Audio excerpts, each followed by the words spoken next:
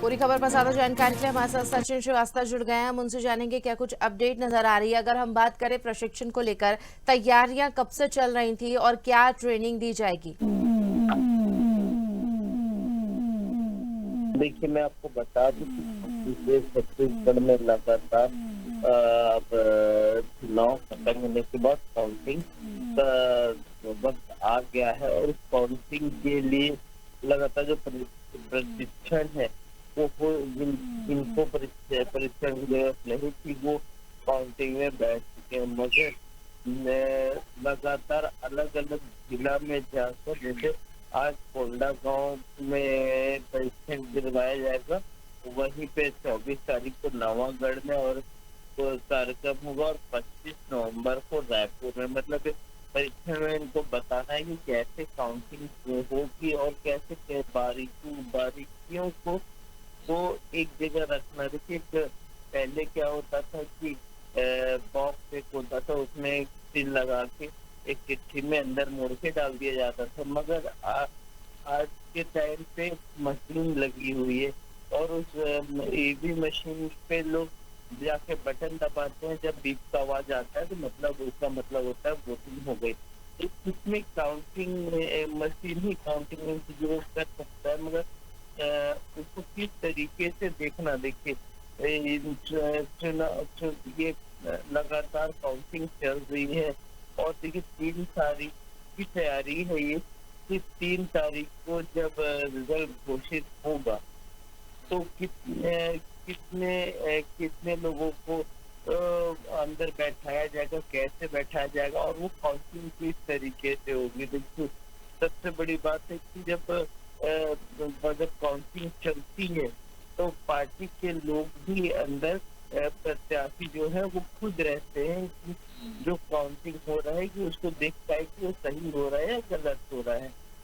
उसके बाद वहां पे जो चुनाव अधिकारी होते हैं जिनको भी परीक्षण दिलाया जा रहा है, वो परीक्षण को देख करके वहां पे जाते हैं कि उस छोटी छोटी चीजों को भी ध्यान में रखे और उन बारीकियों पे भी काम किया जा सके कि जब उसकी काउंटिंग चलती रहे उनके सामने तो किसी के सामने भी प्रत्याशी के सामने तो कोई गलती ऐसी न हो जिससे कि कोई उंगली उठा सके। देखिए, चुनाव आयोग का ये बहुत बड़ा काम है, एक तो वोटिंग करवाना और दूसरा काउंटिंग का। तो उसके लिए पहले से अपनी टीम को परीक्षण देके उनको रेडी करवाना पड़ेगा, क्योंकि देखिए ये पूरे 5 साल में एक बार लोकतंत्र का त्योहार आता है और उसको मनाने के बाद जब रिजल्ट आता है तो उस पर भी विशेष ध्यान रहता है। जी आइए। बिल्कुल, अगर हम बात करें मतगणना को लेकर जिस तरीके से प्रशिक्षण दिया जा रहा है, इसमें कौन कौन सी बातों का ध्यान रखा जाएगा और इसमें कौन से बड़े अधिकारी उपस्थित रह सकते हैं कलेक्टर के अलावा? देखिए, मैं आपको बता दूं कि देखिए एक जगह पे मतलब ये कहा जा सकता है कि जैसे रायपुर है तो रायपुर के 7 विधानसभा है, उनकी काउंटिंग एक जगह होगी। वो जो बॉक्स है जिसपे लोगों ने वोट किया है वो बॉक्स एक जगह आ जाएगा। तो एक 7 जगह का जो वोटिंग है 7 विधानसभा का वो एक जगह पे होता है। जैसे अलग अलग सेंटर बनाया गया है तो इसमें देखिए सबसे बड़ी बात है कि जो प्रत्याशी चुनाव में खड़ा है उस पार्टी के जो लोग हैं जो बहुत भरोसेमंद लोग हैं, प्रत्याशी के अलावा वो हो सकते हैं अंदर में कि वो काउंटिंग को देख सके और समझ सके कि कोई भी धोखाधड़ी नहीं हो रहा है। इसके अलावा देखिए जो पुलिस प्रशासन है, सुरक्षा का इंतजाम बहुत तगड़ा रहता है, क्योंकि जहाँ काउंटिंग चलती है वहाँ भीड़ बाहर में बहुत ज्यादा होती है रिजल्ट जानने के लिए और लगातार उन चीजों पे निगरानी भी रखी जाती है। तो पुलिस बल अपनी सुरक्षा को लेकर बहुत अहम होगा। उसके बाद मैं आपको बता दूं कि जो अंदर में जो चुनाव अधिकारी हैं जो काउंटिंग कर रहे हैं वो रहेंगे और कलेक्टर का अप डाउन वहाँ पे बना रहेगा, क्योंकि उसको पूरे जिले में एक राउंड मारना है और एक एक चीज को निगरानी में रख के करवाना है। तो देखिए और जहाँ एसपी का काम है वो की सुरक्षा पे चूक ना हो, इस चीजों पे ध्यान देंगे। तो लगातार देखिए अलग अलग लोगों का अलग अलग काम पहले से बन गया है और सारे पदाधिकारी अपने काम पे लग चुके हैं। अभी देखिए क्या किन व्यवस्थाओं किस तरीके से रखा जाएगा।